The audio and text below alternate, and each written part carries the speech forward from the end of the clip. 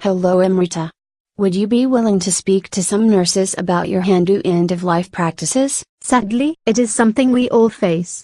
I would be happy to help you all learn about our cultural practices. Awesome. I'll be right back.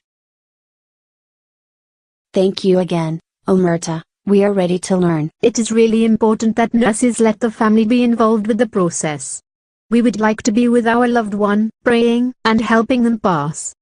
Please allow us to bathe our loved one and place our tulsi leaf, sacred water, and a pinna in the mouth for purity, peace and nourishment. And please, give us time to be together, say goodbye and make further arrangements.